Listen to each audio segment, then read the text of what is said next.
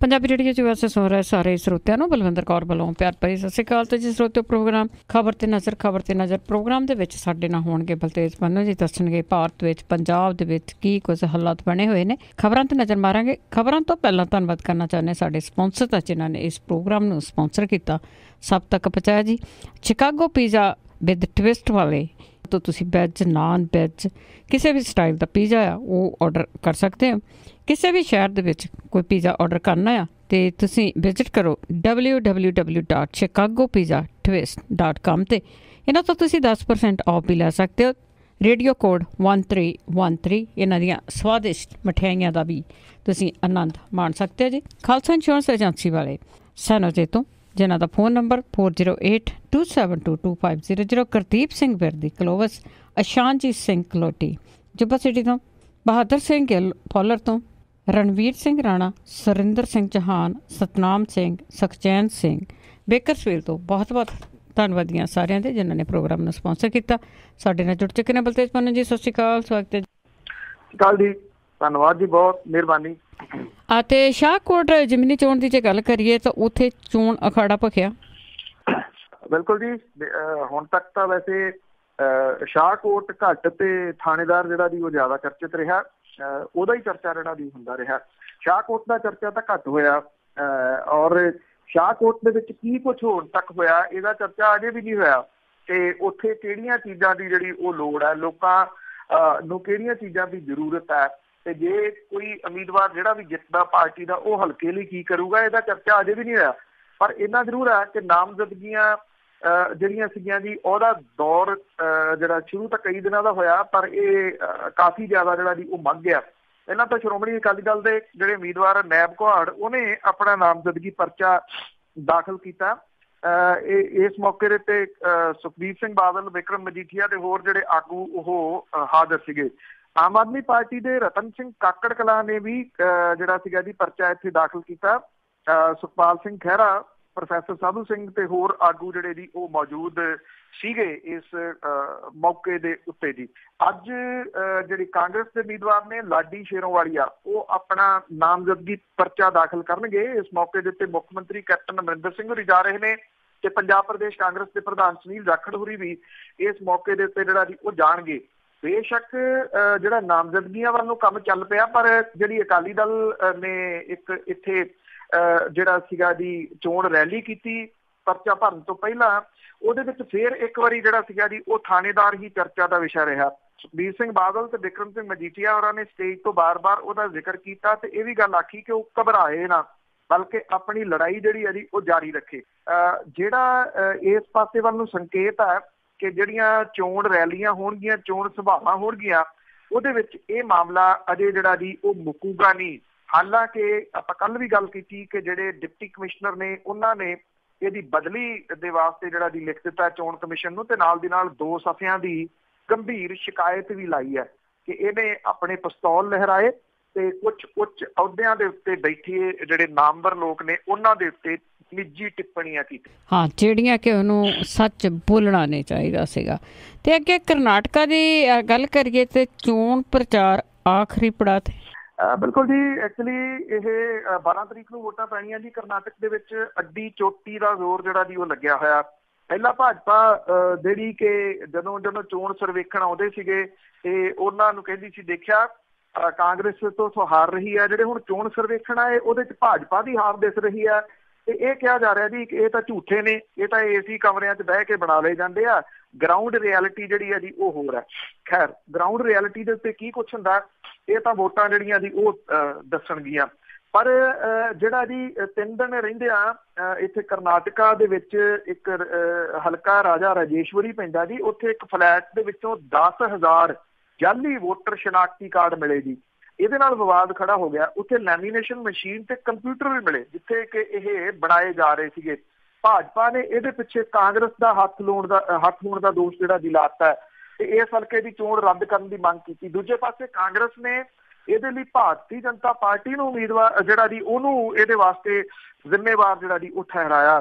ਜਿਹਦਾ ਇਹ ਫਲੈਟ ਦੱਸੀਦਾ ਉਹ ਭਾਰਤੀ ਜਨਤਾ ਪਾਰਟੀ ਦੇ ਨਾਲ ਜਿਹੜਾ ਜੀ ਉਹ ਸੰਬੰਧਿਤ ਸੀਗਾ ਔਰ ਉਹਦੇ ਫਲੈਟ ਦੇ ਵਿੱਚੋਂ ਇਹ ਸਾਰਾ ਕੁਝ ਜਿਹੜਾ ਜੀ ਸਮਾਨ ਮਿਲਿਆ। ਇਹ ਦੋਵੇਂ ਤਰ੍ਹਾਂ ਇੱਕ ਦੂਜੇ ਦੇ ਉੱਤੇ ਦੋਸ਼ ਜਿਹੜਾ ਜੀ ਉਹ ਲਾ ਰਹੀਆਂ ਨੇ। ਕਰਨਾਟਕਾ ਦੇ ਵਿੱਚ ਕਰਨਾਟਕਾ ਦੀ ਗੱਲ ਘੱਟ, ਕੇਂਦਰ ਸਰਕਾਰ ਦੀ ਗੱਲ ਜਿਹੜੀ ਹੈ ਜੀ ਉਹ ਵੱਧ ਹੋਈ ਆ ਪਿਛਲੇ ਦਿਨਾਂ ਦੇ ਦੌਰਾਨ। ਉਹ ਔਰ ਖਾਸ ਤੌਰ ਦੇ ਉੱਤੇ ਬੜੀਆਂ ਨਿਵਾਣਾ ਜਿਹੜੀਆਂ ਜੀ ਕੁਝ ਮੁੱਦਿਆਂ ਦੇ ਉੱਤੇ ਛੋਈਆਂ ਨੇ ਇੱਥੇ ਚੋਣ ਪ੍ਰਚਾਰ ਨੇ। ਇੱਥੇ ਜਿਹੜੀ ਇੱਕ ਮਾਣ ਮਰਿਆਦਾ ਇੱਕ ਵੱਡੇ ਅਹੁਦੇ ਦੀ, ਪ੍ਰਧਾਨ ਮੰਤਰੀ ਦੇ ਅਹੁਦੇ ਦੀ ਹੁੰਦੀ ਆ, ਉਹ ਵੀ ਦਾਅ ਦੇ ਉੱਤੇ ਲੱਗ ਗਈ, ਕਿਉਂਕਿ ਇੱਕ ਤਾਂ ਕੁਝ ਗੱਲਾਂ ਜਿਹੜੀਆਂ ਉੱਥੇ ਆਖੀਆਂ ਗਈਆਂ ਕਰਨਾਟਕਾ ਦੀ ਚੋਣ ਦੇ ਵਿੱਚ ਉਹ ਝੂਠੀਆਂ ਸਾਬਤ ਹੋਈਆਂ। ਜਦੋਂ ਕੋਈ ਆਮ ਮਾਤੜ ਝੂਠ ਬੋਲੇ ਤਾਂ ਉਹ ਸਰ ਜਾਂਦਾ ਹੈ। ਜਦੋਂ ਕੋਈ ਕਿਸੇ ਉੱਚੀ ਜਗ੍ਹਾ ਦੇ ਉੱਤੇ ਬੈਠਾ ਹੋਇਆ, ਇੱਕ ਰਿਸਪੈਕਟਡ ਜਗ੍ਹਾ ਦੇ ਉੱਤੇ ਬੈਠਾ ਹੋਇਆ ਬੰਦਾ ਝੂਠ ਬੋਲੇ ਤੇ ਫਿਰ ਲੋਕਾਂ ਦਾ ਜਿਹੜਾ ਜੀ ਵਿਸ਼ਵਾਸ ਉਹਨਾਂ ਅਹੁਦਿਆਂ ਤੋਂ ਟੁੱਟ ਜਾਂਦਾ ਹੈ।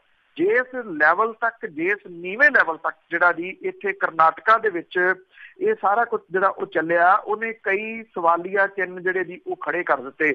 ਅੱਜ ਤੱਕ ਦੇ ਇਤਿਹਾਸ ਦੇ ਵਿੱਚ ਪ੍ਰਧਾਨ ਮੰਤਰੀ ਦਾ ਅਹੁਦਾ, ਭਾਰਤ ਦੇ ਇਤਿਹਾਸ ਦੇ ਵਿੱਚ ਉਸ ਅਹੁਦੇ ਦੇ ਉੱਤੇ ਬੈਠਾ ਵਿਅਕਤੀ ਬਿਨਾਂ ਕਿਸੇ ਸ਼ੱਕ ਦੇ ਸੂਬਿਆਂ ਦੀਆਂ ਚੋਣਾਂ ਦੇ ਵਿੱਚ ਉਹ ਪਾਰਟੀਸਪੇਟ ਤਾਂ ਕਰਦਾ ਰਿਹਾ, ਜੇ ਤੁਸੀਂ ਪੂਰਾ ਇਤਿਹਾਸ ਦੇਖ ਲਓ, ਪਰ ਉਹ ਕਦੀ ਵੀ ਵਿਰੋਧੀਆਂ ਦੇ ਉੱਤੇ ਨੀਵੇਂ ਪੱਧਰ ਦੇ ਉੱਤੇ ਜਾ ਕੇ ਅਟੈਕ ਨਹੀਂ ਕਰਦਾ ਰਿਹਾ, ਕਿਉਂਕਿ ਪ੍ਰਧਾਨ ਮੰਤਰੀ ਮੁਲਕ ਦਾ ਹੁੰਦਾ, ਨਾ ਕਿ ਕਿਸੇ ਇੱਕ ਪਾਰਟੀ ਦਾ। ਇਸ ਵਾਰੀ ਇਹ ਮਾਣ ਮਰਿਆਦਾ ਜਿਹੜੀ ਦੀ ਉਹ ਮੁਕੰਮਲ ਰੂਪ ਦੇ ਵਿੱਚ ਛਿੱਕੇ ਟੰਗ ਦਿੱਤੀ ਗਈ ਔਰ ਕੁੱਤਿਆਂ ਤੱਕ ਦੀਆਂ ਤਸ਼ਬੀਹਾਂ ਜਿਹੜੀਆਂ ਸੀਗੀਆਂ ਜੀ ਉਹ ਦਿੱਤੀਆਂ ਗਈਆਂ। ਕਰਨਾਟਕਾ ਦੀ ਚੋਣ ਦੇ ਵਿੱਚ ਕੌਣ ਜਿੱਤਦਾ, ਕੌਣ ਹਾਰਦਾ, ਕਿੰਨੀਆਂ ਸੀਟਾਂ ਕਿਹਨੂੰ ਮਿਲਦੀਆਂ ਨੇ, ਉਹ ਸਾਰਾ ਕੁਝ ਸਾਈਡ ਦੇ ਉੱਤੇ ਰੱਖ ਕੇ ਜੇ ਦੇਖਿਆ ਜਾਵੇ ਤਾਂ ਕਰਨਾਟਕਾ ਦੀ ਚੋਣ ਵਰ੍ਹਿਆਂ ਤੱਕ ਇਸ ਪੱਖੋਂ ਜਿਹੜੀ ਦੀ ਉਹ ਯਾਦ ਕੀਤੀ ਜਾਂਦੀ ਰਹੂਗੀ ਕਿ ਕਿਸ ਲੈਵਲ ਤੱਕ ਇੱਕ ਅਹੁਦੇ ਦੀ ਮਾਣ ਮਰਿਆਦਾ ਨੂੰ ਜਿਹੜਾ ਸੀਗਾ ਜੀ ਉਹ ਛਿੱਕੇ ਟੰਗ ਕੇ ਚੋਣ ਪ੍ਰਚਾਰ ਕੀਤਾ ਗਿਆ। ਜੀ ਜੀ, ਬੜਾ ਥੱਲੇ ਉਤਰ ਗਏ ਜੀ ਸਾਰੇ। ਤੇ ਅੱਗੇ ਪੰਜਾਬ ਪੁਲਿਸ ਤੇ ਕੱਲ ਵੀ ਆਪਾਂ ਗੱਲ ਕੀਤੀ ਸੀਗੀ ਕਿ ਬਹੁਤ ਸਾਰੇ ਜਿਹੜੇ ਲੋਕ ਆ ਖਜ਼ਾਨੇ ਨੂੰ ਖੋਰਾ ਲਾ ਰਹੇ ਆ, ਤੇ ਪੰਜਾਬ ਪੁਲਿਸ ਦੇ ਜੇ ਸਾਬਕਾ, ਮੌਜੂਦਾ, ਮਰ ਚੁੱਕੇ ਜਿੰਨੇ ਵੀ ਅਫਸਰ ਆ ਉਹ ਅਜੇ ਵੀ ਪੰਜਾਬ ਦੇ ਖਜ਼ਾਨੇ ਨੂੰ ਖੋਰਾ ਲਾ ਰਹੇ। ਬਿਲਕੁਲ ਜੀ, ਉਰਦੂ ਦਾ ਸ਼ੇਰ ਹੈ ਕਿ ਹਰ ਸ਼ਾਖ पे उल्लू बैठा है, अंजामे गुलिस्तां क्या होगा। ਇਹ ਹਾਲਾਤ ਜਿਹੜੇ ਦੀ ਪੰਜਾਬ ਦੇ ਖਜ਼ਾਨੇ ਦੇ, ਉਸ ਖਜ਼ਾਨੇ ਦੇ ਜਿਹਨੂੰ ਖਾਲੀ ਖਜ਼ਾਨਾ ਜਿਹੜਾ ਦੀ ਉਹ ਕਿਹਾ ਜਾ ਸਕਦਾ, ਜਿਹੜਾ ਨਾ ਜੀ ਹੱਡਾਂ ਰੋੜੀ ਵਾਲੇ ਹਾਲਾਤ ਜਿਹੜੇ ਆ ਜੀ, ਮਾੜੀ ਤਸ਼ਬੀਹ ਦੇਣੀ ਨਹੀਂ ਚਾਹੀਦੀ, ਪਰ ਦੁਖੀ ਹੁੰਦਿਆਂ ਜਿਹੜੀ ਦੀ ਉਹ ਦੇਣੀ ਚਾਹੀਦੀ ਹੈ ਕਿ ਜਿਹੜੇ ਡੰਗਰ ਮਰੇ ਹੁੰਦੇ ਨਾ ਜੀ, ਉਹਦੇ ਵਿੱਚ ਫਿਰ ਚਰੂੰਡਣ ਵਾਲੇ ਜਦੋਂ ਬਾਅਦ ਦੇ ਵਿੱਚ ਆ ਜਾਂਦੇ ਆ, ਇਹ ਚਰੂੰਡਣ ਦੇ ਉੱਤੇ ਜਿਹੜਾ ਜੀ ਉਹ ਲੱਗੇ ਹੋਏ ਆ ਔਰ ਇਹਦੇ 'ਚ ਕੋਈ ਘੱਟ ਨਿਗਾ ਜੀ। ਸੱਤਾ ਤੋਂ ਸੱਤਾਹੀਣ ਹੋ ਗਏ ਲੋਕਾਂ ਦੀ ਆਪਾਂ ਗੱਲ ਕੀਤੀ ਕਿ ਕਿਵੇਂ ਉਹ ਖਜ਼ਾਨੇ ਦਾ ਧੂੰਆਂ ਕੱਢ ਰਹੇ ਆ ਪੈਟਰੋਲ ਡੀਜ਼ਲ ਦੇ ਵਿੱਚ। ਮੁੜ ਕੇ ਆ ਗਏ ਜੀ ਧਾਰਮਿਕ ਸ਼ਕੀਤਾਂ। ਇਹਦੇ ਵਿੱਚ ਸ਼੍ਰੋਮਣੀ ਗੁਰਦੁਆਰਾ ਪ੍ਰਬੰਧਕ ਕਮੇਟੀ ਦੇ ਮੌਜੂਦਾ ਸਾਬਕਾ ਪ੍ਰਧਾਨ, ਤਖਤਾਂ ਦੇ ਜਥੇਦਾਰ, ਅਖੌਤੀ ਬਾਬੇ ਤੇ ਸ਼ਿਵ ਸੈਨਾ ਵਾਲੇ ਜਿਹੜੇ ਇਹਨਾਂ ਦੇ ਆਗੂ, ਇਹ ਸਾਰੇ ਦੇ ਸਾਰੇ ਜਿਹੜੇ ਆ ਜੀ ਉਹ ਚਰੂੰਡਣ ਦੇ ਉੱਤੇ ਲੱਗੇ ਹੋਏ ਆ। ਇਹਦੇ ਵਿੱਚ ਮੌਜੂਦਾ ਤੇ ਸਾਬਕਾ ਪੁਲਿਸ ਮੁਖੀ ਵੀ ਜਿਹੜੇ ਆ ਜੀ ਉਹ ਘੱਟ ਨਿਗੇ ਜੀ। ਇਹ ਖੁੱਲੀ ਖੇਡ ਜਿਹੜੀ ਆ ਜੀ ਇਹ ਜਾਰੀ ਹੈ ਔਰ ਪੰਜਾਬ ਦਾ ਤੇਲ ਦੇ ਰੂਪ ਦੇ ਵਿੱਚ ਖਜ਼ਾਨੇ ਨੂੰ ਫੂਕਿਆ ਜਾ ਰਿਹਾ। ਚੰਡੀਗੜ੍ਹ 'ਚ ਤਾਇਨਾਤ ਅਫਸਰਾਂ ਦੇ ਜਿਹੜੇ 350 ਗੱਡੀਆਂ ਅਲਾਟ ਕੀਤੀਆਂ ਹੋਈਆਂ ਨੇ ਔਰ ਇਹਨਾਂ ਗੱਡੀਆਂ ਦੇ ਰਾਹੀਂ ਹਰ ਮਹੀਨੇ ਤਕਰੀਬਨ 30 ਲੱਖ ਰੁਪਏ ਦਾ ਤੇਲ ਜਿਹੜਾ ਜੀ ਉਹ ਫੂਕ ਦਿੱਤਾ ਜਾਂਦਾ ਹੈ। ਜਿਹੜੀਆਂ ਚੰਡੀਗੜ੍ਹ 'ਚ ਤਾਇਨਾਤ ਨੇ 350 ਗੱਡੀਆਂ, ਸਿਰਫ ਇਹਨਾਂ ਦੀ ਗੱਲ ਹੈ। ਸਰਕਾਰੀ ਕਾਰਾਂ ਦੀ ਅਲਾਟਮੈਂਟ ਜਿਹੜੀ ਹੈ ਜੀ, ਇਹਦੇ ਸੰਬੰਧੀ ਜਿਹੜੀ ਇਹਦੀ ਰਿਪੋਰਟ ਹੈ ਇਹ ਕਿ DGP ਰੈਂਕ ਦੇ ਪੁਲਿਸ ਅਫਸਰਾਂ ਨੇ ਸਿੱਧੇ ਤੇ ਵਿੰਗੇ ਢੰਗ ਦੇ ਨਾਲ 5 ਗੱਡੀਆਂ ਵੀ ਜਿਹੜੀਆਂ ਜੀ ਉਹ ਰੱਖੀਆਂ ਹੋਈਆਂ ਨੇ। ਜਿਹੜੇ ਵਧੀਕ ਮੁੱਖ ਸਕੱਤਰ ਨੇ ਉਹਨਾਂ ਨੇ IAS ਅਫਸਰਾਂ ਦੇ ਕੋਟੇ ਵਿੱਚੋਂ ਉਹਨਾਂ ਨੂੰ ਕਾਰ ਮਿਲੀ ਹੈ। ਪੁਲਿਸ ਵੱਲੋਂ ਵੀ ਆਪਣੀ ਸੂਚੀ ਦੇ ਵਿੱਚ ਸੀਨੀਅਰ ਅਧਿਕਾਰੀ ਨੂੰ 18 ਮਾਡਲ ਦੀ ਨਵੀਂ ਗੱਡੀ ਜਿਹੜੀ ਹੈ ਜੀ ਉਹ ਅਲਾਟ ਕੀਤੀ ਹੋਈ ਆ। ਪੰਜਾਬ ਦੇ SSP ਰੈਂਕ ਦੇ ਇੱਕ ਪੁਲਿਸ ਅਧਿਕਾਰੀ ਨੇ ਪਰਿਵਾਰ ਨੂੰ ਬਲੈਰੋ ਗੱਡੀ ਦੇ ਉੱਤੇ 250 ਲੀਟਰ ਜਿਹੜਾ ਜੀ ਉਹ ਤੇਲ ਪਰ ਮਹੀਨਾ ਸਹੂਲਤ ਦਿੱਤੀ ਹੋਈ ਆ। ਪੰਜਾਬ ਪੁਲਿਸ ਦੇ ਸਾਰੇ ਹੀ ਰਿਟਾਇਰਡ DGPs ਨੂੰ ਸਰਕਾਰੀ ਗੱਡੀਆਂ ਤੇ ਸਰਕਾਰੀ ਖਜ਼ਾਨੇ ਦੇ ਵਿੱਚੋਂ ਤੇਲ ਫੂਕਣ ਦੀ ਇਜਾਜ਼ਤ ਜਿਹੜੀ ਜੀ ਉਹ ਮਿਲੀ ਹੋਈ ਆ। ਕਈ ਅਫਸਰਾਂ ਦੇ ਪਰਿਵਾਰਾਂ ਨੂੰ ਤਾਂ ਕਈ ਗੱਡੀਆਂ ਜਿਹੜੀਆਂ ਜੀ ਉਹ ਦਿੱਤੀਆਂ ਹੋਈਆਂ ਨੇ। ਇੱਕ ਸਾਬਕਾ ਪੁਲਿਸ ਮੁਖੀ ਆ ਜੀ, ਉਹਦੇ ਪਰਿਵਾਰ ਨੂੰ 7 ਗੱਡੀਆਂ ਜਿਹੜੀਆਂ ਜੀ ਉਹ ਦਿੱਤੀਆਂ ਹੋਈਆਂ ਨੇ ਔਰ ਇਸੇ ਤਰੀਕੇ ਦੇ ਨਾਲ ਇੱਕ ਦੁਨੀਆ ਦੇ ਵਿੱਚ ਜਿਹੜਾ ਹੈ ਨਹੀਂ IPS ਆਫਿਸਰ, ਉਹਦੇ ਪਰਿਵਾਰ ਨੂੰ ਤੇਲ ਸਣੇ ਸਰਕਾਰੀ ਗੱਡੀਆਂ ਜਿਹੜੀਆਂ ਜੀ ਉਹ ਦਿੱਤੀਆਂ ਹੋਈਆਂ ਨੇ। ਇੱਕ ਸਾਬਕਾ ਵਿਵਾਦਤ ਜਿਹੜਾ ਅਧਿਕਾਰੀ ਆ ਜੀ, ਉਹ ਬੁਲਟ ਪ੍ਰੂਫ ਗੱਡੀ ਤੇ ਜਿਪਸੀਆਂ ਜਿਹੜੀਆਂ ਜੀ ਉਹ ਲਈ ਫਿਰਦਾ। 1500 ਲੀਟਰ ਮਹੀਨੇ ਦਾ ਤੇਲ ਜਿਹੜਾ ਜੀ ਉਹ ਵੀ ਫੂਕੀ ਜਾਂਦਾ। ਇੱਕ ਪੁਲਿਸ ਦੇ ਸਾਬਕਾ ਮੁਖੀ ਨੂੰ 5 ਗੱਡੀਆਂ ਜਿਹੜੀਆਂ ਦੀ ਉਹ ਦਿੱਤੀਆਂ ਹੋਈਆਂ ਨੇ। ਉਹਦੇ ਸਟਾਫ ਦੇ ਨਾਂ ਦੇ ਉੱਤੇ ਵੱਖਰੀਆਂ 6 ਗੱਡੀਆਂ ਜਿਹੜੀਆਂ ਉਹ ਇਸ਼ੂ ਹੋਈਆਂ ਨੇ। ਇਹ ਸਾਰੀ ਜਿਹੜੀ ਦੀ ਦਵਿੰਦਰਪਾਲ ਹੋਰਾਂ ਦੀ ਐਕਚੁਅਲੀ ਇਹ ਬੜੀ ਜਿਹੜੀ ਜੀ ਘੋਖ ਕੇ ਕੱਢੀ ਹੋਈ ਰਿਪੋਰਟ ਹੈ। ਸਵਾਲ ਇਹ ਹੈ ਜੀ ਕਿ ਇਹ ਰਿਪੋਰਟ ਲਗਾਤਾਰ ਜਾਰੀ ਹੈ। ਇਹਦੇ ਉੱਤੇ ਨਾ ਮੌਜੂਦਾ ਸਰਕਾਰ, ਨਾ ਪਿਛਲੀ ਸਰਕਾਰ, ਨਾ ਵਿਰੋਧੀ ਧਿਰਾਂ ਕੋਈ ਜਿਹੜਾ ਜੀ ਬੋਲ ਨਹੀਂ ਰਿਹਾ। ਸ਼ਾਇਦ ਤੁਸੀਂ ਕਹਿ ਸਕਦੇ ਹੋ ਕਿ ਹਰੇਕ ਨੂੰ ਇਹ ਡਰ ਹੈ ਵੀ ਜਿਹੜਾ ਬੋਲੂਗਾ ਮੁੜ ਕੇ ਉਹਦਾ ਕਿਤੇ ਪਰਦਾਫਾਸ਼ ਨਾ ਹੋ ਜਾਵੇ। ਉਹ ਵੀ ਇਸੇ ਹੀ ਮਾਮਲੇ ਦੇ ਵਿੱਚ ਜਿਹੜਾ ਜੀ ਉਹ ਲੱਗਿਆ ਹੋਇਆ। ਲੋਕ, ਆਮ ਲੋਕ ਜਿਨ੍ਹਾਂ ਦੇ ਉੱਤੇ ਹਰ ਰੋਜ਼ ਜਿਹੜਾ ਜੀ ਉਹ ਟੈਕਸ ਵੱਧਦਾ ਤੁਰਿਆ ਜਾ ਰਿਹਾ। ਕਦੀ ਕਿਸੇ ਚੀਜ਼ ਦਾ ਟੈਕਸ ਲੱਗ ਜਾਂਦਾ, ਕਦੀ ਕਿਸੇ ਚੀਜ਼ ਦਾ ਟੈਕਸ ਲੱਗ ਜਾਂਦਾ। ਇਹ ਗਊ ਸੈਸ ਵੀ ਦਿੰਦੇ ਆ, ਇਹ ਬਿਜਲੀ ਦੇ ਬਿੱਲਾਂ ਵਿੱਚ ਪਿਛਲੇ 6 ਮਹੀਨਿਆਂ ਦਾ ਵੀ ਜਿਹੜਾ ਜੀ ਉਹ ਵੱਧ ਬਿੱਲ ਤਾਰ ਰਹੇ ਆ। ਹਰ ਚੀਜ਼ ਦੇ ਉੱਤੇ ਜਿਹੜਾ ਜੀ ਉਹ ਟੈਕਸ ਲੱਗਿਆ, ਪਰ ਟੈਕਸ ਪੇਅਰ ਦੀ ਜਿਹੜੀ ਇਹ ਮਨੀ ਆ ਉਹਨੂੰ ਕਿਹੜੇ ਤਰੀਕੇ ਦੇ ਨਾਲ ਫੂਕਿਆ ਜਾ ਰਿਹਾ ਪੰਜਾਬ ਦੇ ਵਿੱਚ, ਇਹ ਰਿਪੋਰਟ ਜਿਹੜੀ ਹੈ ਜੀ ਉਹ ਅੱਖਾਂ ਖੋਲਣ ਵਾਲੀ ਹੈ। ਪਰ ਸਵਾਲ ਇਹ ਹੈ ਕਿ ਜਿਨ੍ਹਾਂ ਨੇ ਅੱਖਾਂ ਖੋਲਣੀਆਂ ਨੇ ਉਹਨਾਂ ਨੇ ਇਹ ਇਨਕਾਰ ਹੀ ਕਰ ਦਿੱਤਾ ਹੋਇਆ ਵੀ ਅਸੀਂ ਅੱਖਾਂ ਨਹੀਂ ਖੋਲਣੀਆਂ, ਜੋ ਮਰਜ਼ੀ ਕਰੀ ਚਲੋ। ਬਿਲਕੁਲ ਜੀ, ਕੋਈ ਵੀ ਅੱਖਾਂ ਖੋਲ ਕੇ ਰਾਜੀ ਨੇ। ਪੰਜਾਬ ਦੇ ਵਿੱਚ ਜੇ ਦੇਖਿਆ ਜਾਵੇ ਕੋਈ ਵੀ ਇਸ ਪਾਸੇ ਨੂੰ ਨਹੀਂ ਬੋਲਦਾ, ਸਭ ਪਾਰਟੀਆਂ ਦੇ ਨਾਲ ਹੀ ਜੁੜੇ ਹੋਏ ਆ। ਤਾਂ ਅੱਗੇ ਪੰਜਾਬ ਹਰਿਆਣਾ ਹਾਈ ਕੋਰਟ ਦੀ ਜੇ ਗੱਲ ਕਰੀਏ ਤਾਂ ਉਹਨਾਂ ਨੇ ਇੱਕ ਅਨੋਖਾ ਫੈਸਲਾ ਸੁਣਾ ਦਿੱਤਾ ਕਿ ਗੁਰਦੁਆਰੇ ਵਿੱਚ ਸਹੁੰ ਦਾ। ਐਕਚੁਅਲੀ ਜੀ ਇਹ ਪੰਜਾਬ ਹਰਿਆਣਾ ਹਾਈ ਕੋਰਟ ਦੇ ਵਿੱਚ ਜਿਹੜਾ ਜੀ ਕੇਸ ਪਿਛਲੇ ਕੁਝ ਸਮੇਂ ਤੋਂ ਚੱਲ ਰਿਹਾ ਸੀਗਾ, ਔਰ ਇਸ ਕੇਸ ਦੀ ਜਿਹੜੀ ਜੀ ਅਹਿਮੀਅਤ ਇਹ ਸੀਗੀ ਕਿ ਜਿਹੜੀ ਇਹਦੇ ਵਿੱਚ ਜਿਹੜੀ ਧਿਰ ਨੇ ਕੇਸ ਕੀਤਾ ਸੀਗਾ ਜੀ, ਜਿਹਨੇ ਪੈਸੇ ਲੈਣੇ ਸੀ, ਉਹ ਕਹਿੰਦਾ ਕਿ ਦੂਜੀ ਧਿਰ ਨੇ ਦਿੱਤੀ ਨਹੀਂ, ਜਦੋਂ ਕਿ ਦੂਜੀ ਧਿਰ ਕਹਿੰਦੀ ਸੀਗੀ ਕਿ ਇਹ ਮੈਂ ਪੈਸੇ ਜਿਹੜੇ ਜੀ ਉਹ ਦੇ ਦਿੱਤੇ ਹੋਏ ਆ। ਜਿਹਨੇ ਪੈਸੇ ਲੈਣੇ ਸੀਗੇ ਉਹਨੇ ਇਹ ਕਹਿਤਾ ਕਿ ਜਿਹੜੀ ਧਿਰ ਨੇ ਪੈਸੇ ਦੇਣੇ ਆ, ਜੇ ਉਹ ਗੁਰਦੁਆਰੇ ਜਾ ਕੇ ਕਹਿ ਦੇ ਕਿ ਮੈਂ ਪੈਸੇ ਦਿੱਤੇ ਹੋਏ ਆ, ਮੈਨੂੰ ਫੈਸਲਾ ਮਨਜ਼ੂਰ ਹੋਊਗਾ। ਜਿਹੜੇ ਆਪਣੇ ਜੱਜ ਸਾਹਿਬ ਨੇ ਤਿਵਾੜੀ ਸਾਹਿਬ ਨੇ ਇੱਥੇ ਜਿਹੜਾ ਪੰਜਾਬ ਹਰਿਆਣਾ ਹਾਈ ਕੋਰਟ ਦੇ ਅਜੇ ਤਿਵਾੜੀ, ਉਹਨਾਂ ਨੇ ਜਿਹੜਾ ਜੀ ਸ਼੍ਰੋਮਣੀ ਗੁਰਦੁਆਰਾ ਪ੍ਰਬੰਧਕ ਕਮੇਟੀ ਦੇ ਕਿਸੇ ਨੁਮਾਇੰਦੇ ਨੂੰ ਵੀ ਸੱਦਿਆ ਜੀ ਇਹਦੇ ਵਿੱਚ ਕਿ ਸਾਲਸੀ ਦੇ ਤੌਰ ਦੇ ਉੱਤੇ ਸ਼੍ਰੋਮਣੀ ਗੁਰਦੁਆਰਾ ਪ੍ਰਬੰਧਕ ਕਮੇਟੀ ਦਾ ਨੁਮਾਇੰਦਾ ਚਲੇ ਜੇ, ਉਹ ਆ ਕੇ ਇਹ ਕਹਿ ਦੇਵੇ ਕਿ ਹਾਂ ਇਹਨਾਂ ਨੇ ਗੁਰਦੁਆਰੇ ਦੇ ਵਿੱਚ ਜਿਹੜਾ ਜੀ ਜਾ ਕੇ ਨਵੇੜਾ ਕਰ ਲਿਆ, ਤੇ ਜਿਹੜੀ ਧਿਰ ਕਹਿੰਦੀ ਜਿਹਨੇ ਪੈਸੇ ਦੇਣੇ ਸੀਗੇ ਕਿ ਹਾਂ ਮੈਂ ਪੈਸੇ ਦਿੱਤੇ ਹੋਏ ਆ, ਤੇ ਉਹ ਆ ਕੇ ਮਹਿਜ਼ ਜਿਹੜਾ ਜੀ ਲਿਖ ਕੇ ਦੇ ਦਿੱਤੇ। ਸ਼੍ਰੋਮਣੀ ਗੁਰਦੁਆਰਾ ਪ੍ਰਬੰਧਕ ਕਮੇਟੀ ਦਾ ਇਹ ਨੁਮਾਇੰਦਾ ਅਦਾਲਤ ਦੇ ਵਿੱਚ ਕਹਿੰਦਾ ਕਿ ਸਿੱਖ ਧਰਮ ਦੇ ਵਿੱਚ ਸਹੁੰ ਚੁੱਕਣ ਦੀ ਪ੍ਰਥਾ ਨਹੀਂ ਹੈਗੀ, ਇਸ ਕਰਕੇ ਉਹ ਇਹਦੇ ਵਿੱਚ ਸਾਲਸੀ ਨਹੀਂ ਬਣ ਸਕਦਾ, ਧਿਰ ਨਹੀਂ ਬਣ ਸਕਦਾ। ਜੱਜ ਸਾਹਿਬ ਨੇ ਫਿਰ ਵੀ ਜਿਹੜਾ ਜੀ ਇੱਥੇ ਗੱਲ ਰੋਕੀ। ਉਹਨਾਂ ਨੇ ਜਿਹੜੇ ਵਕੀਲ ਸੀ ਉਹਨਾਂ ਨੂੰ ਇਹਦੇ ਸਾਲਸੀ ਦੇ ਤੌਰ ਦੇ ਉੱਤੇ ਭੇਜਿਆ। ਇਹਨਾਂ ਦੋਨਾਂ ਧਿਰਾਂ ਦੇ ਵਕੀਲ ਨਹੀਂ, ਦੂਸਰੇ ਜਿਹੜੇ ਵਕੀਲ ਸੀ ਕਿ ਉਹ ਸਾਲਸੀ ਦੇ ਤੌਰ ਦੇ ਉੱਤੇ ਜਾਣ, ਆ ਕੇ ਕਹਿ ਦੇਣ ਕਿ ਹਾਂ ਇਹਨਾਂ ਨੇ ਦੋਨਾਂ ਧਿਰਾਂ ਨੇ ਜਿਹੜਾ ਜੀ ਉਹ ਗੁਰਦੁਆਰੇ ਦੇ ਵਿੱਚ ਜਾ ਕੇ ਇਹ ਨਵੇੜਾ ਕਰ ਲਿਆ। ਨਾਢਾ ਸਾਹਿਬ ਗੁਰਦੁਆਰਾ ਪੈਂਦਾ ਜੀ ਚੰਡੀਗੜ੍ਹ ਦੇ ਨੇੜੇ, ਉੱਥੇ ਇਹ ਦੋਏ ਧਿਰਾਂ ਗਈਆਂ। ਸਾਲਸੀ ਦੇ ਤੌਰ ਦੇ ਉੱਤੇ ਪੰਜਾਬ ਹਰਿਆਣਾ ਹਾਈ ਕੋਰਟ ਦੇ ਕੁਝ ਵਕੀਲ ਜਿਹੜੇ ਸੀ ਉਹ ਚਲੇ ਗਏ। ਉਹਨਾਂ ਨੇ ਆ ਕੇ ਦੱਸਤਾ ਵੀ ਹਾਂ ਜਿਹੜੀ ਧਿਰ ਨੇ ਪੈਸੇ ਦੇਣੇ ਸੀ ਉਹ ਕਹਿੰਦੀ ਕਿ ਮੈਂ ਪੈਸੇ ਦੇ ਦਿੱਤੇ ਸੀ ਇਹਨੂੰ, ਦੂਜੀ ਧਿਰ ਕਹਿੰਦੀ ਜੀ ਮੈਨੂੰ ਮਨਜ਼ੂਰ ਆ। ਜੇ ਇਹਨੇ ਗੁਰਦੁਆਰੇ ਆ ਕੇ ਕਹਿਤਾ ਤੇ ਕਹਾਣੀ ਨਿਬੜ ਗਈ। ਜੱਜ ਸਾਹਿਬ ਨੇ ਇਹ ਫੈਸਲਾ ਜਿਹੜਾ ਸੀਗਾ ਜੀ ਦੇ ਦਿੱਤਾ, ਖਾਰਜ ਕਰਤਾ ਇਹ ਕਿ ਦੋਏ ਧਿਰਾਂ ਜਿਹੜੀਆਂ ਜੀ ਉਹ ਮੰਨ ਗਈਆਂ। ਦੇਖਿਆ ਜਾਵੇ ਤਾਂ ਇਹ ਠੀਕ ਹੈ, ਸ਼੍ਰੋਮਣੀ ਗੁਰਦੁਆਰਾ ਪ੍ਰਬੰਧਕ ਕਮੇਟੀ ਦਾ ਜਿਹੜਾ ਨੁਮਾਇੰਦਾ ਕਹਿੰਦਾ ਕਿ ਇਹ ਪ੍ਰਥਾ ਜਿਹੜੀ ਹੈ ਜੀ ਉਹ ਨਹੀਂ ਹੈਗੀ, ਪਰ ਕੁਛ ਜਿਹੜੀਆਂ ਚੀਜ਼ਾਂ, ਕੁਛ ਐਥਿਕਸ ਜਿਹੜੇ ਨੇ ਜੀ ਉਹ ਅੱਜ ਵੀ ਚੱਲਦੇ ਨੇ। ਜੇ ਕਿਸੇ ਨੂੰ ਕਹੋ ਜਿਹੜੇ ਦਾਰੂ ਸਿੱਕਾ ਪੀਣ ਵਾਲੇ, ਉਹ ਆਮ ਇਹ ਕਹਿੰਦੇ ਆ ਕਿ ਉਹਨੇ ਸਹੁੰ ਜਿਹੜੀ ਹੈ ਜੀ ਉਹ ਖਾਧੀ ਹੋਈ ਹੈ ਗੁਰਦੁਆਰੇ ਜਾ ਕੇ। ਜਿੰਨੇ ਚਿਰ ਦੀ ਉਹ ਸਹੁੰ ਖਾਂਦਾ ਫਿਰ ਉਹ ਤੋੜਦਾ ਨਹੀਂ ਗਾ ਕਮ ਸੇ ਕਮ। ਔਰ ਅਜੇ ਵੀ ਲੋਕਾਂ ਦੇ ਮਨਾਂ ਦੇ ਵਿੱਚ ਉਹ ਐਥਿਕਸ ਕਿਤੇ ਨਾ ਕਿਤੇ ਜਿਹੜਾ ਜੀ ਉਹ ਜਿਉਂਦੇ ਆ। ਇਹਨੂੰ ਇਸ ਪੱਖੋਂ ਜਿਹੜਾ ਜੀ ਉਹ ਲਿਆ ਜਾਣਾ ਚਾਹੀਦਾ। ਜਿੱਥੇ ਜੱਜ ਸਾਹਿਬ ਦਾ ਇਹ ਫੈਸਲਾ, ਕਿਉਂਕਿ ਕੇਸ ਨਿਬੇੜਨ ਵੱਲ ਨੂੰ ਆ ਵੀ ਜੇ ਨਿਬੜਦਾ ਤੇ ਕਿਉਂ ਨਹੀਂ, ਦੂਜੇ ਪਾਸੇ ਉਹਨਾਂ ਦੋਏ ਧਿਰਾਂ ਜਿਹੜੀਆਂ ਜੀ ਉਹਨਾਂ ਦੀ ਵੀ ਤਾਰੀਫ ਕਰਨੀ ਚਾਹੀਦੀ ਹੈ ਕਿ ਉਹਨਾਂ ਨੇ ਇਹ ਕਿਹਾ ਕਿ ਅਸੀਂ ਬਲਾਕ ਧਾਰਮਿਕ ਜਗ੍ਹਾ ਦੇ ਉੱਤੇ ਜਾ ਕੇ ਜਿਹੜਾ ਜੀ ਇਸ ਨੂੰ ਨਿਬੇੜਨ ਦੇ ਵਾਸਤੇ ਤਿਆਰ ਹੈ। ਇੱਕ ਮਾਮਲਾ ਨਿਬੜ ਗਿਆ, ਇਹਦੇ ਵਿੱਚ ਕੁਝ ਵੀ ਗਲਤ ਨਹੀਂ ਸੀਗਾ। ਹਾਂ, ਇੱਕ ਗੱਲ ਜ਼ਰੂਰ ਹੈ ਕਿ ਜ਼ਰੂਰੀ ਨਹੀਂ ਗਾ ਕਿ ਹਰ ਚੀਜ਼ ਜਿਹੜੀ ਆ ਉਹ ਲਿਖੀ ਹੋਈ ਹੀ ਕਿਤੇ ਹੋਵੇ। ਕੁਝ ਚੀਜ਼ਾਂ ਜਿਹੜੀਆਂ ਮਰਿਆਦਾਵਾਂ ਹੁੰਦੀਆਂ ਨੇ ਉਹ ਅਣਲਿਖੀਆਂ ਵੀ ਹੁੰਦੀਆਂ, ਜਿਨ੍ਹਾਂ ਨੂੰ ਕਿ ਪੁਰਾਣੇ ਲੋਕ ਜਿਹੜੇ ਆ ਜੀ ਉਹ ਮੰਨਦੇ ਆਏ ਆ, ਤੇ ਕਿਤੇ ਟਾਵੀਂ ਅੱਜ ਵੀ ਉਹ ਦੇਖਣ ਨੂੰ ਮਿਲ ਜਾਂਦੀ ਜੀ। ਬਿਲਕੁਲ, ਬਾਦਲ ਸਾਹਿਬ ਸਹੁੰ ਚੁਕਾਉਂਦੇ ਰਹੇ ਮੈਨੂੰ ਹੀ ਵੋਟ ਪਾਉਣੀ ਆ, ਅਜੇ ਤਾਂ ਕੱਲ੍ਹ ਦੀਆਂ ਗੱਲਾਂ ਆ। ਤੇ ਅੱਗੇ ਕੋਲਿਆਂ ਵਾਲੀ ਦੀ ਜੇ ਗੱਲ ਕਰੀਏ ਤਾਂ ਉਸੇ ਪਰਿਵਾਰ ਨੂੰ ਬੈਂਕ ਦਾ ਨੋਟਿਸ।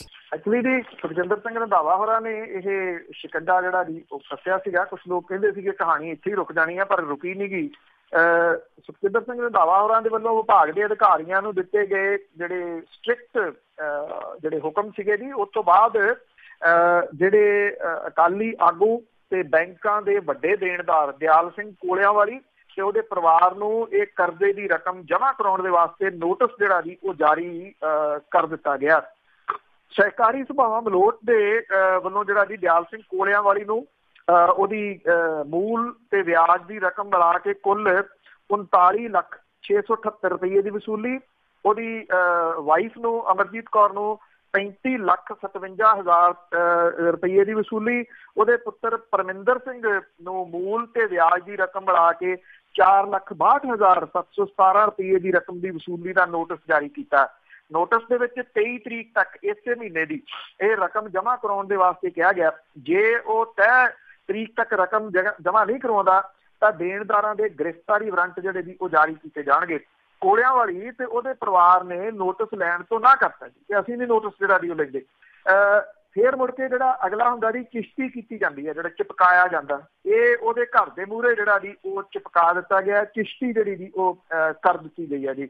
ਹੁਣ ਅਗਲਾ ਜਿਹੜਾ ਹੈ ਜੀ ਕਿ 23 ਮਈ ਤੋਂ ਪਹਿਲਾਂ ਜਾਂ ਤਾਂ ਜਿਹੜਾ ਜੀ ਇਹ 25% ਇਹਦਾ ਹਿੱਸਾ ਜਿਹੜੀ ਟੋਟਲ ਬਣਦੀ ਹੈ ਇਹਨਾਂ ਤਿੰਨਾਂ ਦੇ ਉੱਤੇ ਕਰੋੜ ਤੋਂ ਉੱਪਰ ਜਿਹੜੀ ਦੀ ਉਹ ਬਣਦੀ ਹੈ, ਉਹਦਾ ਇਹ 25% ਜਿਹੜਾ ਦੀ ਉਹ ਬੈਂਕ ਨੂੰ ਜਮ੍ਹਾਂ ਕਰਾਉਣਗੇ।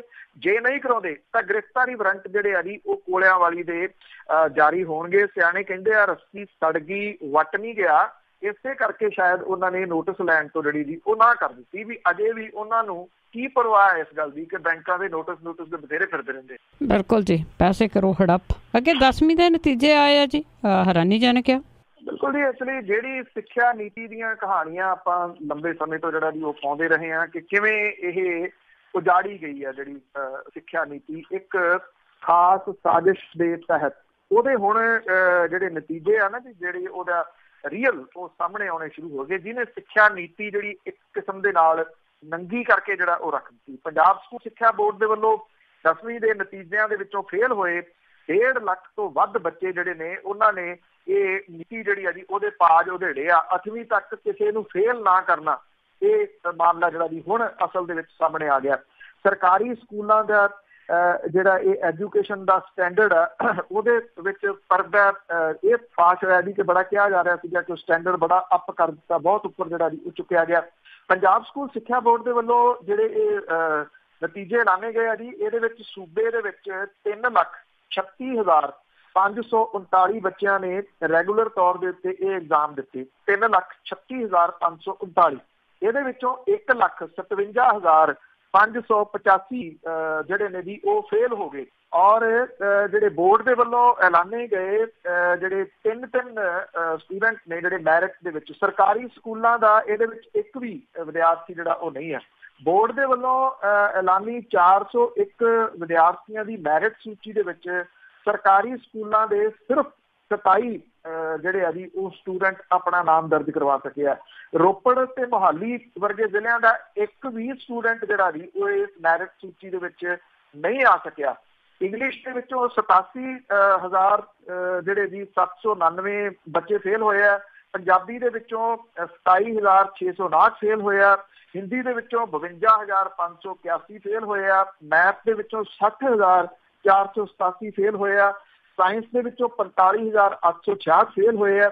ਜਿਹੜਾ ਖੇਤੀ ਪ੍ਰਧਾਨ ਸੂਬਾ ਜੀ, ਇੱਥੇ ਖੇਤੀਬਾੜੀ ਦੇ ਵਿੱਚੋਂ ਵੀ ਤਕਰੀਬਨ 4600 ਬੱਚਾ ਜਿਹੜਾ ਜੀ ਉਹ ਫੇਲ ਹੋ ਗਿਆ। ਜਿਹੜਾ ਸਿੱਖਿਆ ਸਕੱਤਰ ਦੇ ਵੱਲੋਂ ਸ਼ੁਰੂ ਕੀਤਾ ਗਿਆ ਪੜ੍ਹੋ ਪੰਜਾਬ ਪੜ੍ਹਾਓ ਪੰਜਾਬ ਪ੍ਰੋਜੈਕਟ, ਉਹਦਾ ਵੀ ਜਲੂਸ ਨਿਕਲ ਗਿਆ ਜੀ। ਇਹਦੇ ਤਹਿਤ ਉਹਨਾਂ ਨੇ 2000 ਦੇ ਕਰੀਬ ਜਿਹੜੇ ਟੀਚਰ ਨੇ ਉਹਨਾਂ ਨੂੰ ਸਕੂਲਾਂ ਦੇ ਵਿੱਚੋਂ ਬਾਹਰ ਕੱਢਿਆ ਹੋਇਆ ਕਿ ਉਹ ਬਾਹਰ ਜਾ ਕੇ ਜਿਹੜਾ ਜੀ ਪੜ੍ਹੋ ਪੰਜਾਬ ਤੇ ਪੜ੍ਹਾਓ ਪੰਜਾਬ ਦੇ ਉੱਤੇ ਜਿਹੜਾ ਜੀ ਉਹ ਲਾਏ ਹੋਏ ਆ। ਹੁਣ ਇਹ ਨੀਤੀਆਂ ਕਿਵੇਂ ਜਿਹੜੀਆਂ ਜੀ ਉਹ ਫੇਲ ਹੋਈਆਂ, ਇਹ ਨਤੀਜੇ ਨੇ ਸਾਰਾ ਕੁਝ ਜਿਹੜਾ ਜੀ ਉਹ ਦੱਸ ਦਿੱਤਾ। ਵੈਸੇ ਇਹ ਨੀਤੀਆਂ ਫੇਲ ਹੋਈਆਂ ਹੋਣਗੀਆਂ ਬੱਚਿਆਂ ਦੇ ਵਾਸਤੇ, ਮਾਪਿਆਂ ਦੇ ਵਾਸਤੇ। ਜਿਹੜੇ ਸਰਕਾਰੀ ਲੋਕ ਨੇ ਜੀ ਜਿਨ੍ਹਾਂ ਨੇ ਨੀਤੀਆਂ ਬਣਾਈਆਂ, ਸਿਆਸਤਦਾਨਾਂ ਨੇ, ਦੇਖੋ ਉਹ ਤਾਂ ਪਾਸ ਹੋਏ ਆ ਇਹਦੇ ਵਿੱਚ, ਕਿਉਂਕਿ ਉਹਨਾਂ ਨੂੰ ਇਹ ਸੀਗਾ ਕਿ ਜੇ ਲੋਕ ਪੜ੍ਹ ਲਿਖ ਗਏ ਤੇ ਫਿਰ ਇਹ ਸਵਾਲ ਕਰਨਗੇ, ਤਾਂ ਉਹਨਾਂ ਦੀਆਂ ਨੀਤੀਆਂ ਤਾਂ ਫੇਲ ਹੋਈਆਂ ਜੀ। ਹਾਂ, ਇੰਨਾ ਜ਼ਰੂਰ ਹੈ ਕਿ ਢਾਂਚੇ ਦਾ ਜਲੂਸ ਜਿਹੜਾ ਜੀ ਉਹ ਨਿਕਲ ਗਿਆ। ਔਰ ਇਹ ਜਿਹੜਾ ਪੰਜਾਬ ਹੈ ਜੀ ਉਹ ਆਈ ਥਿੰਕ ਤੇਜ਼ੀ ਦੇ ਨਾਲ ਜਿਹੜਾ ਜੀ ਅਨਪੜ੍ਹਤਾ ਵੱਲ ਨੂੰ ਵੱਧ ਰਿਹਾ ਜੀ। ਔਰ ਇਹ ਇੱਕ ਸਭ ਤੋਂ ਖਤਰਨਾਕ ਸਵਾਲ ਜਿਹੜਾ ਜੀ ਇਹੀ ਹੈ ਕਿ ਇਹ ਤੇਜ਼ੀ ਦੇ ਨਾਲ ਜਿਹੜਾ ਜੀ ਉਹ ਵੱਧ ਰਿਹਾ ਔਰ ਉਹਨੇ ਸੂਬਿਆਂ ਦੇ ਵਿੱਚ ਸ਼ਾਮਲ ਹੋ ਗਿਆ ਜੀ ਜਿਹੜੇ ਅਨਪੜ੍ਹ ਸੂਬੇ ਕਹਾਉਂਦੇ। ਈਵਨ ਉਹ ਕੁਝ ਸੂਬੇ ਜਿਹੜੇ ਪਹਿਲਾਂ ਕਿਸੇ ਟਾਈਮ ਅਨਪੜ੍ਹਤਾ ਦੇ ਵਿੱਚ ਮੋਹਰੇ ਹੁੰਦੇ ਸੀ ਜੀ, ਉਹ ਵੀ ਪੰਜਾਬ ਤੋਂ ਛਾਲਾਂ ਮਾਰਦੇ ਅੱਗੇ ਲੰਘੇ ਆ ਜੀ ਪਿਛਲੇ ਸਾਲਾਂ ਦੀ ਤਰ੍ਹਾਂ ਜੀ। ਤੇ ਅੱਗੇ SGPC ਦੀ ਗੱਲ ਕਰਦੇ ਹਾਂ, ਜਾਂ ਪੋਲੀਟੀਸ਼ੀਅਨ ਹੋਣ ਜਾਂ SGPC ਹੋਵੇ, ਕੋਈ ਵਿਵਾਦ ਛਿੜਦਾ ਤੇ ਇੱਕ ਕਮੇਟੀ ਬਣਾ ਦਿੱਤੀ ਜਾਂਦੀ ਆ। ਹੁਣ SGPC ਦਾ ਸਵਾਲ ਉੱਠ ਰਿਹਾ ਕਿ ਇੱਕ ਵਿਵਾਦਤ ਕਿਤਾਬ ਸੀ, ਉਸ ਤੇ ਇਹਨਾਂ ਨੇ ਕਮੇਟੀਆਂ ਬਣਾਈਆਂ ਸੀ ਪਰ ਕੋਈ ਜਵਾਬ ਹੀ ਨਹੀਂ ਆਇਆ। ਐਕਚੁਅਲੀ ਕਿਤਾਬਾਂ ਦੀ ਜਿਹੜੀ ਰਾਜਨੀਤੀ ਹੈ ਨਾ ਜੀ, ਉਹ ਤਾਂ ਚੱਲ ਰਹੀ ਹੈ ਹੁਣ। ਇਹਦੇ ਵਿੱਚ ਕਈ ਕੁਛ ਇਹਨਾਂ ਦਾ ਵੀ ਜਿਹੜਾ ਜੀ ਉਹ ਉਧੜ ਰਿਹਾ। ਹਾਲਾਂਕਿ ਜਿਹੜੀ 12ਵੀਂ ਨੂੰ ਕਿਤਾਬ ਜਿਹੜੀ ਉਹ ਲੱਗਣੀ ਸੀਗੀ, ਉਹ ਤਾਂ ਰੋਕ ਲਈ ਹੈ ਸਰਕਾਰ ਨੇ ਹਾਲ ਦੀ ਘੜੀ, ਇਹ ਕਹਿ ਕੇ ਕਿ ਜਿਹੜੀ ਅਸੀਂ ਕਮੇਟੀ ਬਣਾਈ ਆ ਉਹਨੂੰ ਅਜੇ ਘੋਖ ਲੈਣ ਦਿਓ, ਉਦੋਂ ਬਾਅਦ ਇਹ ਲਾਗੂ ਜਿਹੜੀ ਕੀਤੀ ਜਾਊਗੀ। ਉਹ ਕਮੇਟੀ ਨੂੰ ਕਿਹਾ ਕਿ ਛੇਤੀ ਜਿਹੜਾ ਜੀ ਇਹਨੂੰ ਘੋਖਿਆ ਜਾਵੇ, ਔਰ ਜਿਹੜਾ ਬੋਰਡ ਹੈ ਉਹ ਉਹਦੇ ਵਿੱਚ ਉਹਦਾ ਸਾਥ ਦੇਵੇ। ਕਿੰਨੇ ਕੁ ਦਿਨ ਲੱਗਦੇ ਆ ਇਹ ਜਿਹੜਾ ਜੀ ਦੇਖਣਾ ਪਊਗਾ। ਦੂਜੇ ਪਾਸੇ ਮਸਲਾ ਤਾਂ ਅਜੇ ਹੱਲ ਨਹੀਂ ਹੋਇਆ, ਪਰ ਸ਼੍ਰੋਮਣੀ ਗੁਰਦੁਆਰਾ ਪ੍ਰਬੰਧਕ ਕਮੇਟੀ ਦੇ ਵੱਲੋਂ ਜਿਹੜੀ ਹਿੰਦੀ ਭਾਸ਼ਾ ਦੇ ਵਿੱਚ ਛਾਪੀ ਸਿੱਖ ਇਤਿਹਾਸ ਦੇ ਉੱਤੇ ਤੇ ਮਾਸਿਕ ਰਸਾਲਾ ਗੁਰਮਤ ਪ੍ਰਕਾਸ਼ ਦੇ ਵਿੱਚ ਸਾਹਿਬਜ਼ਾਦਿਆਂ ਦੀਆਂ ਫੋਟੋਆਂ ਨੂੰ ਲੈ ਕੇ ਜਿਹੜਾ ਜੀ ਉਹ ਵਿਵਾਦ ਖੜਾ ਹੋ ਗਿਆ ਜੀ। ਯੂਨਾਈਟਿਡ ਸਿੱਖ ਮੂਵਮੈਂਟ ਦੇ ਆਗੂ ਨੇ ਕੁਛ ਇਹਨਾਂ ਨੇ ਕਾਨਫਰੰਸ ਕਰਕੇ ਪੰਜਾਬ ਸਰਕਾਰ ਦੇ ਵੱਲੋਂ ਉੱਘੇ ਸਿੱਖ ਵਿਦਵਾਨ ਪ੍ਰੋਫੈਸਰ ਕਿਰਪਾਲ ਸਿੰਘ ਦੀ ਅਗਵਾਈ ਹੇਠ ਗਠਿਤ ਕੀਤੀ 6 ਮੈਂਬਰੀ ਕਮੇਟੀ ਨੂੰ ਵੀ ਰੱਦ ਜਿਹੜਾ ਜੀ ਉਹ ਕੀਤਾ। ਉਹਨਾਂ ਨੇ ਕਿਹਾ ਕਿ ਪ੍ਰੋਫੈਸਰ ਕਿਰਪਾਲ ਸਿੰਘ ਹੋਰੀ ਬਜ਼ੁਰਗ ਹੋਣ ਕਰਕੇ ਖੁਦ ਉੱਠਣ ਬੈਠਣ ਦੀ ਹਾਲਤ ਦੇ ਵਿੱਚ ਨਹੀਂ ਗਏ, ਇਹਦੇ ਹਾਲਤ ਦੇ ਵਿੱਚ ਉਹ ਕੀ ਕੰਮ ਜਿਹੜਾ ਜੀ ਉਹ ਕਰਨਗੇ। ਇਹਦੇ ਵਿੱਚ ਇਹਨਾਂ ਨੇ ਇੱਕ ਸਵਾਲ ਜਿਹੜਾ ਵੀ ਇਹ ਰੇਜ਼ ਕੀਤਾ ਹੈ ਕਿ ਅਕਾਲੀ ਦਲ ਦੇ ਪ੍ਰਧਾਨ ਸੁਖਬੀਰ ਸਿੰਘ ਬਾਦਲ ਤੇ ਸ਼੍ਰੋਮਣੀ ਗੁਰਦੁਆਰਾ ਪ੍ਰਬੰਧਕ ਕਮੇਟੀ ਦੇ ਪ੍ਰਧਾਨ ਨੂੰ ਸਵਾਲ ਕੀਤਾ ਗਿਆ ਕਿ 1999 ਦੇ ਵਿੱਚ ਹਿੰਦੀ ਭਾਸ਼ਾ 'ਚ ਸਿੱਖ ਇਤਿਹਾਸ ਧਾਰਮਿਕ ਕਿਤਾਬ ਕਿਹਦੇ ਇਸ਼ਾਰੇ ਦੇ ਉੱਤੇ ਛਾਪੀ ਗਈ ਸੀ, ਜਿਹਦੇ ਵਿੱਚ ਗੁਰੂ ਨਾਨਕ ਸਾਹਿਬ ਦੇ ਬਾਰੇ ਨਾਨਕ ਦੇ ਗੁਰੂ ਦੇ ਬਾਰੇ ਅਜੀਬ ਤੱਥ ਲਿਖੇ ਸੀਗੇ। ਔਰ ਉਹਨਾਂ ਨੇ ਇਹ ਵੀ ਕਿਹਾ ਕਿ ਇਸ ਕਿਤਾਬ ਦੇ ਵਿੱਚ ਕਿਸੇ ਗੁਰੂ ਸਾਹਿਬਾਨ ਦੇ ਅੱਗੇ ਗੁਰੂ ਸ਼ਬਦ ਨਹੀਂ ਸੀ ਲਾਇਆ ਗਿਆ, ਔਰ ਹੋਰ ਵੀ ਇਤਰਾਜ਼ਯੋਗ ਸਮੱਗਰੀ ਜਿਹੜੀ ਜੀ ਇਹਦੇ ਵਿੱਚ ਛਾਪੀ ਗਈ ਸੀ। ਸਵਾਲ ਇਹ ਉਠਾਇਆ ਗਿਆ ਕਿ ਇਤਰਾਜ਼ ਉਠਾਉਣ ਤੋਂ ਬਾਅਦ ਪੜਤਾਲੀਆ ਕਮੇਟੀ ਬਣਾਈ ਗਈ, ਜਿਹਦੀ ਅਜੇ ਤੱਕ ਰਿਪੋਰਟ ਕੀ ਆਈ ਹੈ ਇਹਦੇ ਵਾਸਤੇ ਜਨਤਕ ਨਹੀਂ ਕੀਤਾ ਗਿਆ। ਸ਼੍ਰੋਮਣੀ ਗੁਰਦੁਆਰਾ ਪ੍ਰਬੰਧਕ ਕਮੇਟੀ ਦੇ ਵੱਲੋਂ ਦਸੰਬਰ 13 ਦੇ ਵਿੱਚ ਧਾਰਮਿਕ ਪੁਸਤਕ ਗੁਰਮਤ ਪ੍ਰਕਾਸ਼ ਦੇ ਵਿੱਚ ਸਾਹਿਬਜ਼ਾਦਿਆਂ ਦੀਆਂ ਫੋਟੋਆਂ ਏਦਾਂ ਦੀਆਂ ਲਾਈਆਂ ਗਈਆਂ ਸੀ ਜਿਹਦੇ ਵਿੱਚ ਉਹਨਾਂ ਦੀ ਦਾੜੀ ਕੱਟੀ ਹੋਈ ਜਿਹੜੀ ਉਹ ਵਿਖਾਈ ਗਈ ਸੀ। ਉਹਨਾਂ ਨੇ ਇਹ ਕਿਹਾ ਕਿ ਸ਼ਿਕਾਇਤ ਕਰਨ ਤੋਂ ਬਾਅਦ ਇਹਨੂੰ ਸੰਪਾਦਕ ਨੂੰ ਮੁਅੱਤਲ ਕਰਤਾ ਸੀਗਾ। ਅੱਗੇ ਪੜਤਾਲ ਰਿਪੋਰਟ ਹੁਣ ਤੱਕ ਜਿਹੜੀ ਹੈ ਜੀ ਉਹ ਜਨਤਕ ਨਹੀਂ ਕੀਤੀ ਗਈ। ਇਹਨਾਂ ਨੇ ਸਵਾਲ ਇਹ ਉਠਾਇਆ ਕਿ ਸ਼੍ਰੋਮਣੀ ਗੁਰਦੁਆਰਾ ਪ੍ਰਬੰਧਕ ਕਮੇਟੀ ਜਥੇਦਾਰ ਜਿਹੜੇ ਨੇ ਉਹ 12ਵੀਂ ਦੇ ਸਿਲੇਬਸ ਦੇ ਉੱਤੇ ਤਾਂ ਸਵਾਲ ਕਰ ਰਹੇ ਨੇ, ਪਰ ਉਹ ਇਹ ਨਹੀਂ ਦੱਸ ਰਹੇ ਕਿ ਇਹ ਜਿਹੜੀ ਪੜਤਾਲੀਆ ਕਮੇਟੀ ਬਣਾਈ ਸੀ, ਰਿਪੋਰਟ ਬਣਾਈ ਸੀ, ਉਹ ਰਿਪੋਰਟ ਕਿੱਥੇ ਗਈ ਤੇ ਇਹਦੇ ਬਾਰੇ ਦੇ ਵਿੱਚ ਕੀ ਫੈਸਲਾ ਜਿਹੜਾ ਸੀਗਾ ਰਿਪੋਰਟ ਆਉਣ ਤੋਂ ਬਾਅਦ ਲਿਆ ਗਿਆ ਜੀ। ਇਹੋ ਜਿਹੇ ਜਵਾਬ ਜੀ ਕਦੀ ਵੀ ਨਹੀਂ ਆਉਂਦੇ। ਅੱਗੇ ਗੱਲ ਕਰਦੇ ਆ ਜੀ, ਗਊਆਂ ਅਵਾਰਾ ਤੁਰੀਆਂ ਫਿਰਦੀਆਂ, ਪਸ਼ੂ ਅਵਾਰਾ ਤੁਰੇ ਫਿਰਦੇ ਆ। ਬਹੁਤ ਸਾਲਾਂ ਤੋਂ ਇਹ ਗੱਲਾਂ ਸੁਣਦੇ ਆਏ ਆ, ਕਿਸਾਨ ਆ ਵਿਚਾਰੇ ਤੜਫਦੇ ਫਿਰਦੇ ਆ। ਪਰ ਹੁਣ ਨਵਜੋਤ ਸਿੱਧੂ ਨੂੰ ਹੀ ਅਵਾਰਾ ਪਸ਼ੂ ਜਦੋਂ ਮਾਰਨ ਪਏ, ਹਮਲੇ ਕੀਤੇ ਆ, ਹੁਣ ਮੇਰੇ ਖਿਆਲ ਦੇ ਵਿੱਚ ਕੋਈ ਨਾ ਕੋਈ ਕਦਮ ਜ਼ਰੂਰ ਚੱਕਿਆ ਜਾਊਗਾ। ਦੇਖਦੇ ਆ ਜੀ ਕਦਮ ਕੋਈ ਚੁੱਕਦੇ ਨੇ ਜਾਂ ਨਹੀਂ, ਪਰ ਥਾਂ ਦੇ ਉੱਤੇ ਅਵਾਰਾ ਪਸ਼ੂ ਜਿਹੜੇ ਆ ਜੀ ਉਹਨਾਂ ਦੀ ਵਜ੍ਹਾ ਕਰਕੇ ਲੋਕਾਂ ਦੀ ਜਾਨ ਜਿਹੜੀ ਆ ਜੀ ਉਹ ਗਈ ਆ। ਜਿਹੜੇ ਪੰਜਾਬ ਦੀਆਂ ਸੜਕਾਂ ਦੇ ਉੱਤੇ ਹਾਦਸੇ ਹੁੰਦੇ ਆ, ਉਹ ਚਾਹੇ 2 ਵੀਲਰ ਦੇ ਨਾਲ ਚਾਹੇ 4 ਵੀਲਰ ਦੇ ਨਾਲ, ਅਕਸਰ ਬਹੁਤ ਸਾਰੇ ਹਾਦਸਿਆਂ ਦੇ ਵਿੱਚ ਇਹ ਅਵਾਰਾ ਫਿਰਦੇ ਪਸ਼ੂ ਜਿਹੜੇ ਆ ਜੀ ਗਾਵਾਂ ਤੇ ਸਾਨ ਜਿਹੜੇ ਆ ਜੀ ਉਹ ਸ਼ਾਮਲ ਰਹਿੰਦੇ ਆ ਇਹਨਾਂ ਜਿਹੜਾ ਜੀ ਹਾਦਸਿਆਂ ਦੇ ਵਿੱਚ। ਪਰ ਜਿਹੜਾ ਜੀ ਗਊ ਸੈਸ ਦੀ ਮੈਂ ਪਹਿਲਾਂ ਵੀ ਗੱਲ ਕੀਤੀ, ਗਊ ਸੈਸ ਤਾਂ ਲੱਗਿਆ ਹੋਇਆ ਜੀ ਹਰ ਚੀਜ਼ ਦੇ ਉੱਤੇ ਲੱਗਿਆ ਹੋਇਆ। ਚਾਹੇ ਤੁਸੀਂ ਛੋਟੀ ਤੋਂ ਛੋਟੀ ਵਹੀਕਲ ਖਰੀਦਣਾ, ਵੱਡੇ ਤੋਂ ਵੱਡੇ ਵਹੀਕਲ ਤੱਕ 400 ਰੁਪਏ ਤੋਂ ਲੈ ਕੇ 2500 3000 ਰੁਪਏ ਤੱਕ ਗਊ ਸੈਸ ਜਿਹੜਾ ਜੀ ਵਹੀਕਲਾਂ ਦੇ ਉੱਤੇ ਦੇਣਾ ਪੈਂਦਾ, ਤੇ ਉਹਨਾਂ ਹੀ ਵਹੀਕਲਾਂ ਦੇ ਵਿੱਚ ਇਹ ਜਿਹੜੇ ਅਵਾਰਾ ਪਸ਼ੂ ਆ ਮੁੜ ਕੇ ਆ ਕੇ ਵੱਜਦੇ ਆ। ਪਰ ਇਹਨਾਂ ਦੇ ਉੱਤੇ ਕਾਰਵਾਈ ਕੋਈ ਨਹੀਂ ਕੀਤੀ ਜਾਂਦੀ ਜੀ। ਹੁਣ ਜਿਹੜਾ ਜੀ ਕਿੰਨੇ ਹਰ ਸਾਲ ਜਿਹੜਾ ਜੀ ਕਈ ਦਰਜਨ ਲੋਕ ਜਿਹੜੇ ਆਪਣੀ ਜਾਨ ਤੋਂ ਹੱਥ ਜਿਹੜਾ ਜੀ ਉਹ ਧੋ ਦਿੰਦੇ ਆ। ਸਰਕਾਰ ਅਜੇ ਤੱਕ ਇਸ ਸਮੱਸਿਆ ਦਾ ਕੋਈ ਹੱਲ ਜਿਹੜਾ ਜੀ ਉਹ ਨਹੀਂ ਕਰ ਸਕੀ। ਸੈਰ ਸਪਾਟਾ ਸੱਭਿਆਚਾਰਕ ਮਾਮਲਿਆਂ ਦੇ ਮੰਤਰੀ ਨਵਜੋਤ ਸਿੰਘ ਸਿੱਧੂ ਹੋਰਾਂ ਨੂੰ ਵੀ ਇਹ ਕੱਲ ਜਿਹੜਾ ਜੀ ਉਹ ਭਾਰੀ ਪੈ ਗਿਆ ਕੰਮ। ਅੰਮ੍ਰਿਤਸਰ ਦੇ ਵਿੱਚ ਉਹ ਦੁਰਗਿਆਨਾ ਮੰਦਿਰ ਨੂੰ ਜਾਂਦੇ ਰਾਹ ਦੀ ਜਿਹੜੀ ਉਸਾਰੀ ਹੋ ਰਹੀ ਉਹ ਵੇਖਣ ਦੇ ਵਾਸਤੇ ਗਏ ਸੀਗੇ, ਤੇ ਅੰਮ੍ਰਿਤਸਰ ਦੇ ਵਿੱਚ ਇੱਕ ਲਵਾਰਸ ਸਾਨ ਨੇ ਨਵਜੋਤ ਸਿੰਘ ਸਿੱਧੂ ਤੇ ਉਹਨਾਂ ਦੇ ਕਾਫਲੇ ਦੇ ਉੱਤੇ ਹਮਲਾ ਕਰਤਾ ਜੀ। ਔਰ ਜਿਹੜੇ ਅਧਿਕਾਰੀ ਸੀ ਜਦੋਂ ਮੰਦਿਰ 'ਚ ਮੱਥਾ ਟੇਕ ਕੇ ਬਾਹਰ ਨਿਕਲੇ ਤਾਂ ਪੱਤਰਕਾਰ ਜਿਹੜੇ ਸੀ ਉਹਨਾਂ ਨੇ ਘੇਰ ਲਿਆ, ਸਵਾਲ ਕਰਨ ਲੱਗੇ। ਉਦੋਂ ਅਚਾਨਕ ਇਹ ਲਾਵਾਰਸ ਸਾਨ ਜਿਹੜਾ ਸੀਗਾ ਜੀ ਉਹ ਲੋਕਾਂ ਦੇ ਵਿਚਾਲੇ ਵੜ ਗਿਆ ਤੇ ਤੇਜ਼ੀ ਦੇ ਨਾਲ ਨਵਜੋਤ ਸਿੰਘ ਸਿੱਧੂ ਹੋਰਾਂ ਵੱਲ ਨੂੰ ਜਿਹੜਾ ਜੀ ਉਹ ਦੌੜਿਆ। ਸਾਨ ਦੇ ਹਮਲੇ ਦੇ ਵਿੱਚ ਨਵਜੋਤ ਸਿੰਘ ਸਿੱਧੂ ਹੋਰੀ ਡਿੱਗਦੇ ਬਚੇ।